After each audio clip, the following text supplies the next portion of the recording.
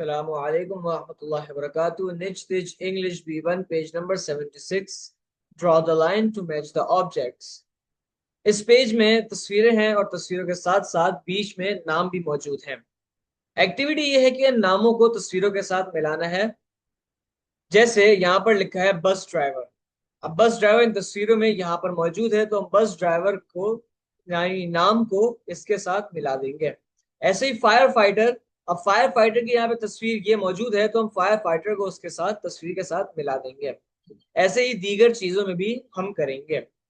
आइए देखिए, bus driver, fire fighter, nurse, student, cook, teacher, soccer player, police officer, doctor, pilot. Bus driver, fire fighter, nurse, student, cook, teacher, soccer player, police officer, doctor, pilot. उम्मीद है आप लोगों को ये सब समझ में आ गया होगा।